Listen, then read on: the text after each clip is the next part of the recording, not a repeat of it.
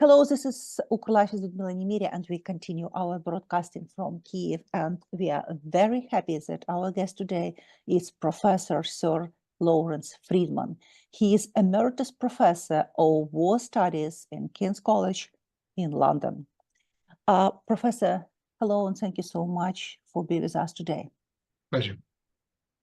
Professor, a couple of days ago, you wrote a remarkable article. How can Ukraine's security be guaranteed? Is there a role for a European multinational force? And at the very beginning of your article, you put a crucial question about security guarantees in principle. And you take two very interesting examples from modern history. One of them is NATO Article 5, and you even call it the gold standard. But at the same time, you talk about some of its vulnerabilities. And the second example is just the Budapest Memorandum, which didn't work at all. No. And in that case, let me address your question for you from your article. Can security really be guaranteed? I think the difficulty is, in absolute terms, the answer has to be no, because with any guarantee, as we know in everyday life, there's always small print, there's always a get-out clause, and most of the time, guarantees are honoured. But you can't be sure of it in all circumstances, and in some cases, it's unwise to rely on it in all circumstances. So the problem, one problem with security guarantees is that those being guaranteed are bound to have some doubts about how well this will work.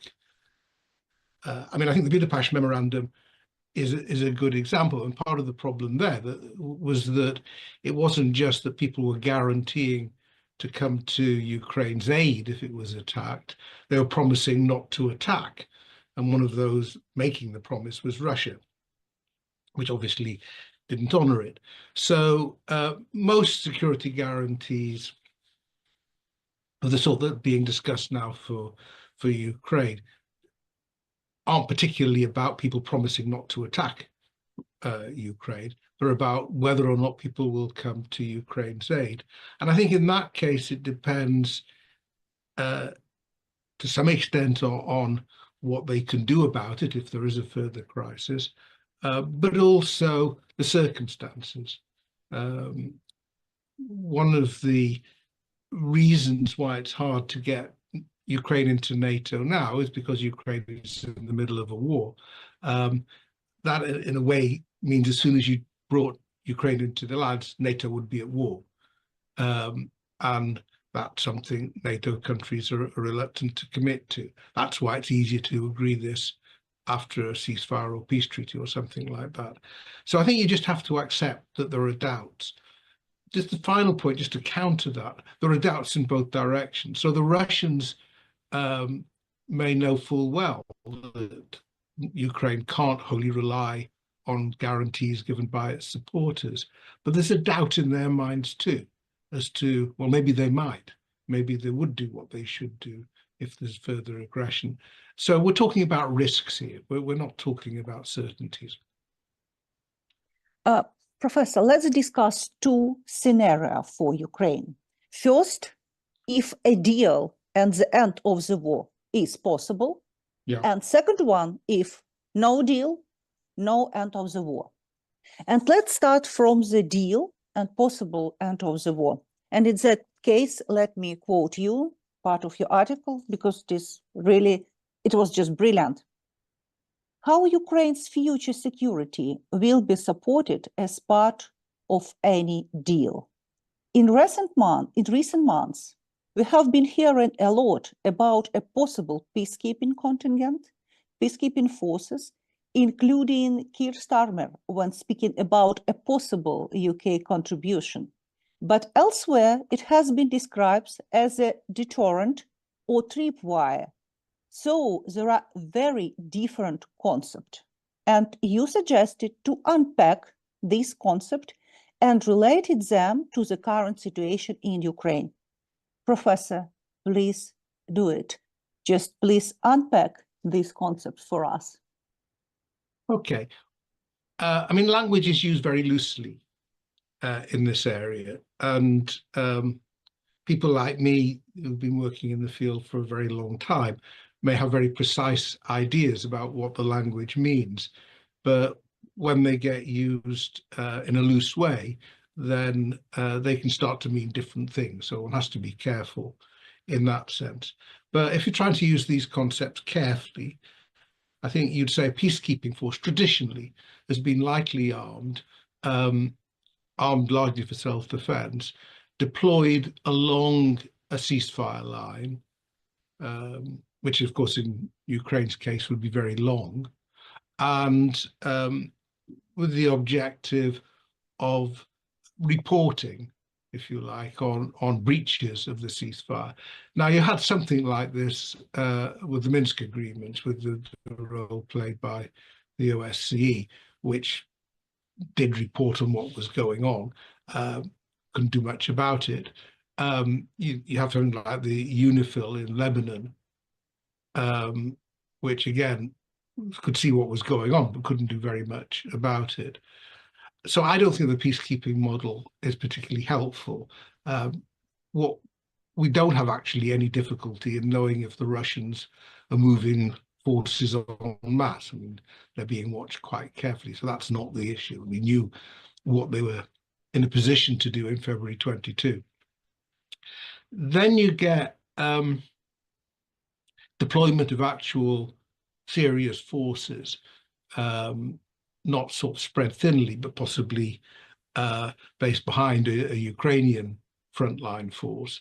And the aim here is to deter. And the best deterrent is a force substantial enough to make it hard for the Russians to progress. And for that, you'd probably need air power of some sort, Western air power committed.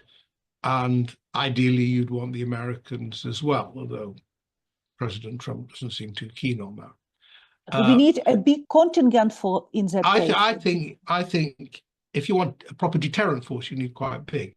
Yeah. However, there's another concept, which is the tripwire.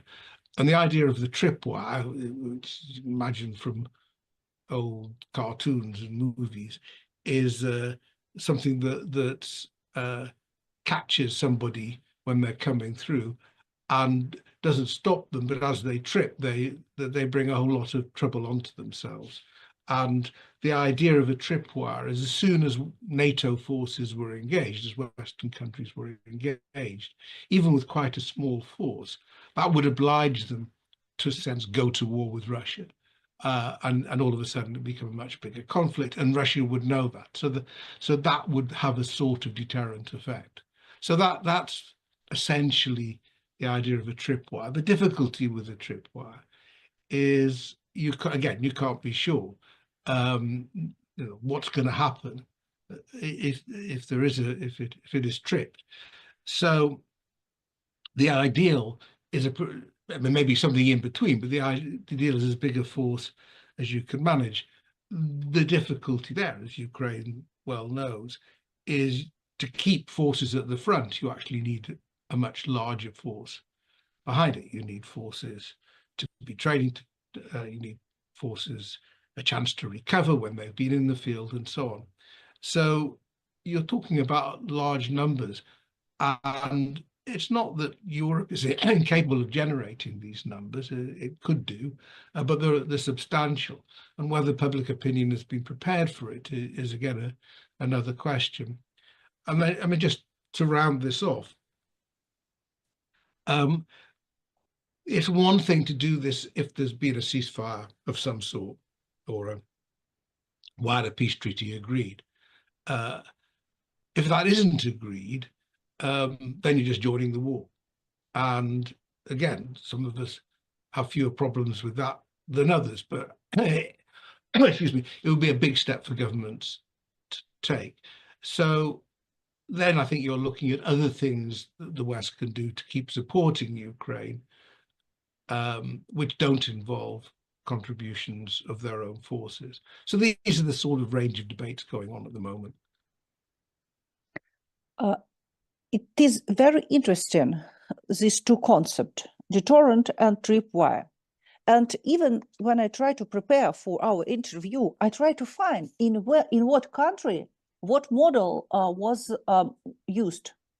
And wonderful that in South Korea, for example, it means that in South Korea you have the same model, deterrence and tripwire. How it is possible? Is it really true? Yeah, I mean, I think it was, a lot of these ideas came out during the 1950s. They're Cold War concepts. So they reflect situations as you had in South Korea after the Korean War, with the demilitarized zone, where you have a sharp separation of forces, but still pretty highly armed. And South Korea is dependent upon its allies, particularly on the United States. In NATO during the Cold War, you have the Iron Curtain, Warsaw Pact countries on one side, NATO countries on the other. There was a very clear line. And those days, there was concern that an overwhelming force could make life very difficult for the NATO defenders, but there would be a tripwire. It would lead to a much bigger war. And that's what the Russians or the Soviets would have to take into account. So these are Cold War concepts. That's where they come from. And with all Cold War concepts, you have to be a little careful about how you apply them in much different settings. Let's pay some attention for second scenario. For example, if no deal, no end of the war. Does it mean that no deal, no security guarantees? Well, I mean, a lot of countries, including the UK, have signed treaties, defence agreements, they've made promises. And to the extent that, in the end, the best security guarantee Ukraine has is the quality of its own forces and the strength of its economy and all these things, that everything that we can do at the moment to reinforce Ukraine is reinforcing its security. So it tends, I mean, people think of security guarantees as something that is given as an ally, but you can improve the security of a country, as I hope we're trying to improve the security of Ukraine, by allowing them to buy more weapons, to donate weapons, to donate training capabilities. And there are some areas, say in air defense, patrolling the Black Sea, providing intelligence, a number of things that can be done, which will become increasingly relevant, I think, if the war does carry on, which is as likely as any agreement, that can be supporting Ukraine. And I'm not sure security guarantee is the best way to talk about those things, but they should, it's things to improve, excuse me, it's things to improve Ukraine's security, which is what we're basically talking about, to give Ukrainians more confidence about the future. And I think, quite importantly, to give investors in Ukraine confidence that it's going to be a safe environment, that it'll still be here in 10, 20, 30 years' time. And it's a country to bet on. I mean, that's what you're also trying to do with this. Professor, do you think that deal and the end or the stop of the war is possible? It's very difficult to know at the moment. If you look at what the Russians say, I don't think there's a basis for a deal on Russian terms. I'm sure it's not one that Ukrainians would accept. And obviously there's worry that Trump might sort of strong arm the Ukrainians into accepting a deal that undermines the Ukrainian sovereignty and integrity and so on. But I think if you look at what officials have said in the administration, that's not what they want. And the basic problem, as I see it, for Putin, is although he's laid claim to the territory, indeed more than the territory the Russian forces currently occupy, that by itself is not good enough, because which would, he could get possibly through a ceasefire. I mean, Ukraine wouldn't acknowledge Russian ownership, but in practice, Russia might be running those territories. But it's not a great prize for Russia at the moment. It requires an awful lot of money, as we all know, to deal with unexploded ordnance, to rebuild, to repopulate. It's a big task. I just don't think Russia has got the resources. If it also has to be defended, if Russia has to keep permanent garrisons there, because Ukraine has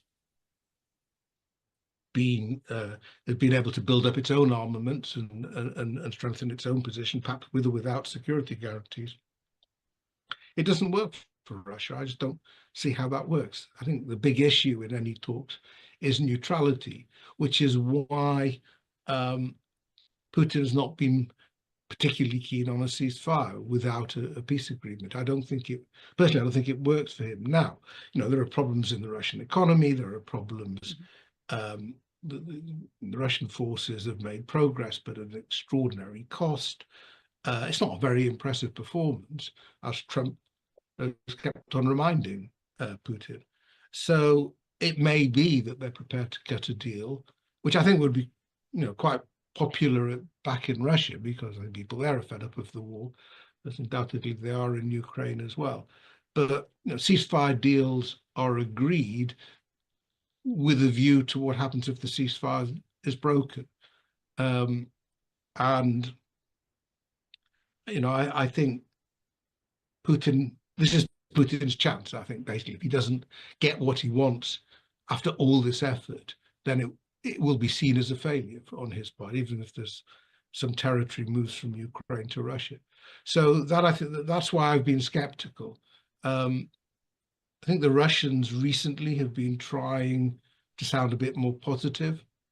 I think Zelensky, played quite a clever game in getting close to Trump quite early on, sounding positive, talking as if the Ukraine would Ukraine would welcome the relief from some sort of ceasefire.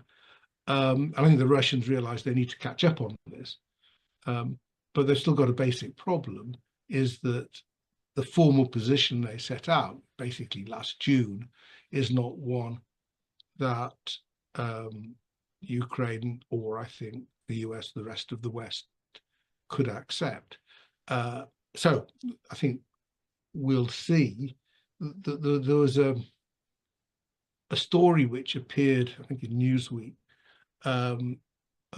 which is supposedly a leak of an American plan, but it's almost certainly a Russian plant. And if it was, it's only interesting as indicating some areas where they might make concession. And the basic concession, if my supposition is right, no idea if it is that maybe they would agree to a ceasefire first if there was a clear timetable towards a peace deal with it, and if there was a clear commitment by Ukraine and the West to the neutralization and disarmament of Ukraine. And just final point, the Russians are also after sort of this wider European security order, the sort of stuff they were talking about in December 21, which again, I don't think anybody in the West is up for agreeing to. It's not clear actually what it would look like in practice. So I'm pretty skeptical at the moment. But once these things are set in motion, you can never be sure. The Russians will have to respond to some American proposals. Maybe General Kellogg is going to put them down at the Munich Security Conference next week. And if that's the case, then they'll have to see if they've got some concessions to make, because if they don't, it's a dead end. By the way, if we speak about the security guarantees, Russia constantly say that they need security guarantees. As nuclear power, as big country, they need a security guarantees. What does it mean? Well, I think you have to look back at the Russian propaganda. I mean, it's always difficult when you look at this to work out, is this just contrived, just a pretext, made up story to justify aggressive action, or whether deep in their minds somehow they fear Ukraine. I mean, if that is the problem, it's not hard to say, well, actually, Ukraine doesn't have has no objective of occupying all of Russia. I think the main sort of guarantees they'd be after would be, and again, there was something in that story I mentioned, that Ukraine would promise not to try to retake by force, particularly Ukraine, but possibly the other oblasts as well. I think that's what they would be asking for. And that would be difficult again for Ukraine, because it's one thing to say, as a matter of fact, Russia is occupying this territory and it's going to be difficult for us to get it back. It's another thing to say, we concede this to Russia forevermore, which I don't think would be very popular in Ukraine, and essentially would be legitimizing the Russian aggression. So I think it's bound up. My guess is it's bound up with that Ukraine would have to say, we've lost it. You know, we won't get this territory back. Professor, let's speak a little bit about gray zone of security. What I mean, if, for example, we will have ceasefire, just imagine such scenario. And in that case, we have two scenarios as well. First scenario, if we have ceasefire and we have peacekeeping and support from West, it's one history, one scenario. Next scenario is if we just have ceasefire, no peacekeeping, no NATO perspective, no nuclear weapons, as our president just declared. I know, I see you laughing, yeah. And in the end, we will be at the same situation like before the war, in the gray zone of the security. And we will be at the beginning of this process. Yeah, I mean, I think, as I mentioned before, the problem with ceasefires is it's not it's a pause, or it could well just be a pause in the fighting rather than an end. Now, you know, the ceasefire in Korea has lasted since 53. So, you know, you can, that's what, 72 years. So they can go on a long time. But I mean, nobody would say that the situation between the two Koreas is relaxed or particularly stable. It's still dangerous. The difference for Ukraine now, I think, is in it now has a lot of military experience. It now has arsenal. It now has a defense industry. It's much better mentally and physically prepared for conflict than it was in 22. And I think the Russian concern, as indeed our concern about the Russians, would be that the time, as soon as the ceasefire is declared, you just start preparing for the next round of fighting, but you use the opportunity to replenish your forces, to help your forces recover, to rotate the front lines and all those things. And then at some point it'll start again. And that's obviously the concern and the risk. How likely that is impossible to say.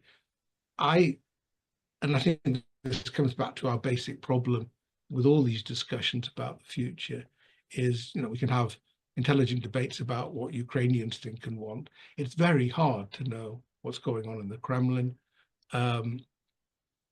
Once I suspect in Russia there would be enormous relief with the end of the war, which would make it quite hard for Putin to start it all over again. I mean, I think this was, February 22 was this big gamble and it failed. In his terms, a lot of pain to Ukraine, but it failed to achieve what he wanted to achieve. Whether he could, actually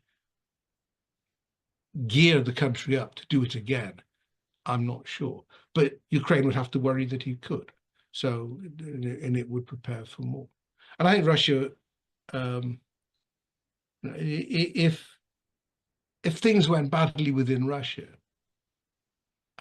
in the aftermath of the war, both countries have got major problems of readjustment from war to peace. If there were, and Russia suddenly looked weak, then I guess, Ukraine might see an opportunity in the future to take back what is rightfully theirs. And that's something that will be, Putin will want in any negotiations to try to prevent. Professor, and the last one question, if it is possible, yeah. Many years, Russia was a part of European security. Now it is absolutely another situation. What countries and who right now are the part of the European security? USA, or maybe just European country, or maybe European country and Britain, maybe China involved as well. I don't know.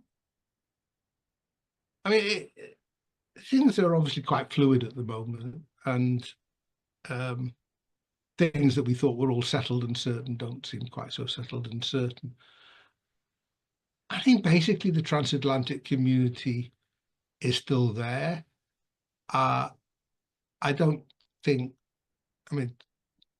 Trump says things that make you worry about his commitment to it, but there's limits on what he can do and will do, I think, to disrupt that. So I think the basic NATO, including US, is still there, at least for the moment. And if it survives Trump, it'll probably survive anything. So that's still there. Russia, Russia's part of Europe, as is Ukraine, and as is Belarus, as is Georgia, Moldova, and so on. And I think we haven't got a good model for the European security system. And we tried to develop one after the end of the Cold War, and it sort of worked for some countries, but clearly not for others, not for Ukraine, not for Georgia, probably not in the end for Russia either. And of course, the problem for Russia now is that it's got itself wholly dependent upon China and has broken with Europe. But many Russians are very uncomfortable with that. They don't like that dependence on China. But how you manage this relationship in the future, especially so long as Putin is in power, is going to be very difficult because simply he's not trusted, and because he's shown aggressive intent. So I think the future of the European security system is bound up with the future of Russia, and we don't know. How long will Putin stay in power? Will there be a backlash against the policies of the last few years, particularly, say, the dependence upon China? How do you recover relations between Russia, the near abroad, the rest of Europe? I don't think we've got a good model about how to do this at the moment. And while Putin's in power, I'm not sure we can develop one. But a lot of Russians know this, but I think they're lost for ideas too. At the moment, they generally want their country to do well in the war and will support Putin. But I tend to suspect that if the war ended, even paused, they really would not want it to go back to it. I think they'd be looking for a much broader recovery from the war. Professor, thank you so much for being with us. Thank you. Good to talk to you. Thank you. Bye-bye.